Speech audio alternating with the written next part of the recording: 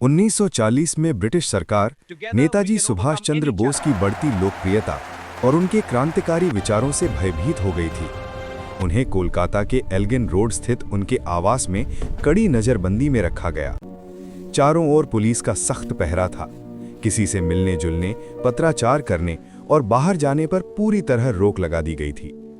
नजरबंदी के दौरान नेताजी इस निष्कर्ष पर पहुंचे कि केवल अहिंसक आंदोलनों के माध्यम से भारत को स्वतंत्रता मिलना अत्यंत कठिन है, विशेषकर उस समय जब इंग्लैंड द्वितीय विश्व युद्ध में उलझा हुआ था।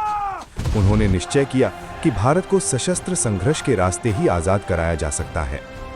16 जनवरी 1941 की रात नेताजी ने भेष बदलकर मोहम्मद जियाउद्दीन, एक पठान के रूप में अपने घर से गुप्त रूप से प्रस्थान किया।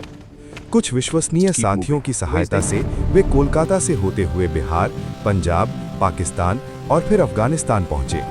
इस पूरी यात्रा के दौरान उन्हें कई ब्रिटिश चौकियों को पार करना पड़ा, जहां हर कदम पर गिरफ्तारी का खतरा था।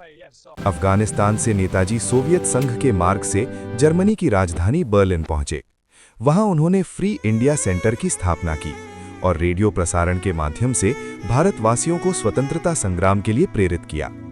जर्मनी में ही उन्होंने भारतीय युद्ध बंदियों को संगठित कर इंडियन लीजन का गठन किया। नेताजी को यह भलीभांति ज्ञात था कि भारत के निकट रहकर ही स्वतंत्रता संग्राम को गति दी जा सकती है। इसी उद्देश्य से 1943 में उन्होंने जर्मन और जापानी पनडुब्बियों के माध्यम से अत्यंत जोखिमपूर्ण समुद्री यात्रा कर दक्षिण पूर्व एशिया की ओर प्रस्थान किया। दक्षिण पूर्व एशिया पहुंचकर नेताजी ने आज़ाद हिंद फौज, इंडियन नेशनल आर्मी को पुनः संगठित और सशक्त बनाया।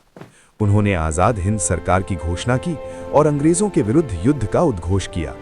उनका ओजस्वी नारा, तुम मुझे खून दो, मैं तुम्हें आज़ादी दूंगा, पूरे भारत में जोश, उत्साह और बलिदान की भावना भर गया।